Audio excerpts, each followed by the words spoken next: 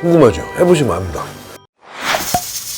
안녕하세요. 이번에는 제가 한참 전이구나 마리텔이라는 프로에서 소개했었던 메뉴인데, 이게 사실 제가 개발한 게 아니라 제가 그 전에 중국을 왔다 갔다 할 때 중국 식당에서 되게 인상 깊게 먹어갖고 그걸 약간 응용해서 만든 겁니다. 술안주로도 좋고 간식에도 좋은 옥수수전 알려드리겠습니다.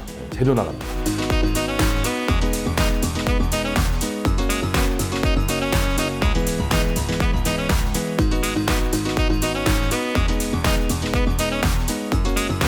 자, 여기 재료 나가는데 식용유 당연히 있어야겠죠. 물도 있어야 되고, 그 다음에 튀김가루가 들어가는데, 튀김가루가 없으면 부침가루 쓰셔도 되고 밀가루 쓰셔도 되고 전분가루 써도 돼요. 근데 부침가루하고 튀김가루는 안에 이미 간이 돼 있어요. 그러니까 소금이나 어떤 정도 간이 돼 있기 때문에 괜찮은데, 밀가루나 전분을 쓰실 때는 소금 간을 조금 더 하시는 게 좋습니다. 그 다음에 여기서 주의하실 게, 옥수수전을 하는데 옥수수 통조림 못 쓰면 그거 못해요. 불가능합니다.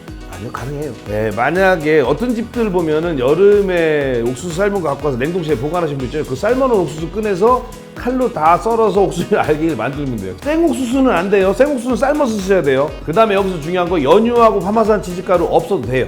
연유 있으면 좋지만 없어도 되고, 파마산 치즈가루는 업그레이드 버전입니다.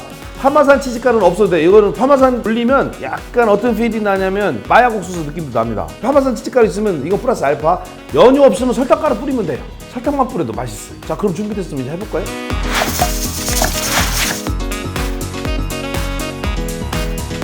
옥수수 캔 따면 그 국물 들어있어요. 그거 쭉 해서 버리시고, 네, 그래서 물기를 최대한 배가서 체에다 받쳐놓으세요.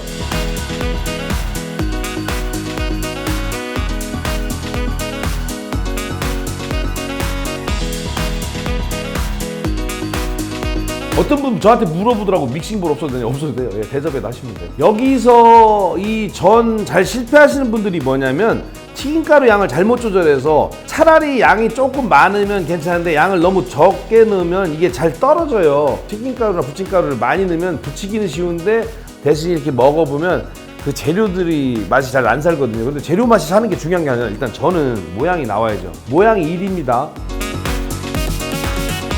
생각보다 기름 많이 넣습니다, 이거는. 왜냐면 기름에 살짝 튀기듯이 전을 부치는 거기 때문에 두려워하지 말고 기름 넉넉히 넣으세요. 요거 부칠 때 실수 제일 많이 하시는 게, 불이 너무 세갖고 실수해요. 막 당황하는데 그러지 마시고, 넣는데 불이 좀 센 것 같다면 불 끄세요. 끈 다음에 모양부터 잡아놓고 불 켜도 돼요.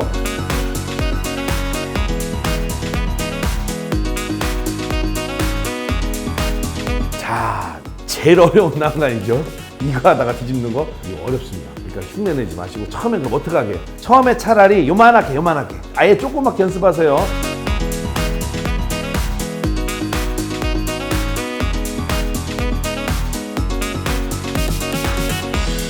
자, 오리지널 버전은 여기서 연유를 뿌려주시는데, 아까도 얘기했지만 연유가 없으면 설탕만 뿌려도 맛있어요, 진짜로. 이거는 단맛하고 만나야 포텐이 터져요.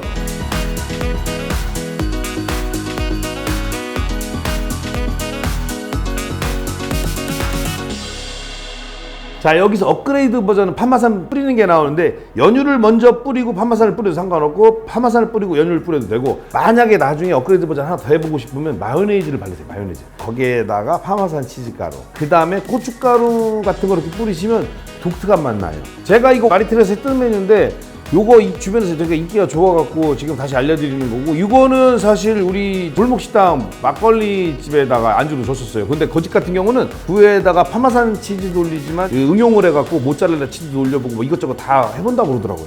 그러니까 여러분들도 집에서 이것저것 응용해서 보시고, 대전 사시는 분들은 가까운 중앙시장에 청년몰에 막걸리집 가서 거기 가면 다른 안주도 많아요. 제가 가르치는 거.